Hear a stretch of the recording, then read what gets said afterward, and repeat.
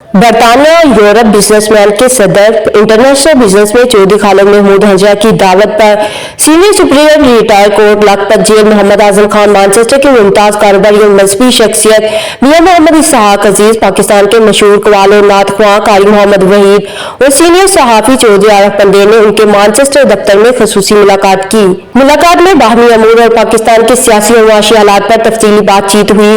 چودھری خالد، جو حال ہی میں اپنا پاکستان اور قطر کے دورے پر برطانیہ پہنچے تھے، نے پاکستان کی الیکشن کے بعد کی صورتحال پر بریف کیا۔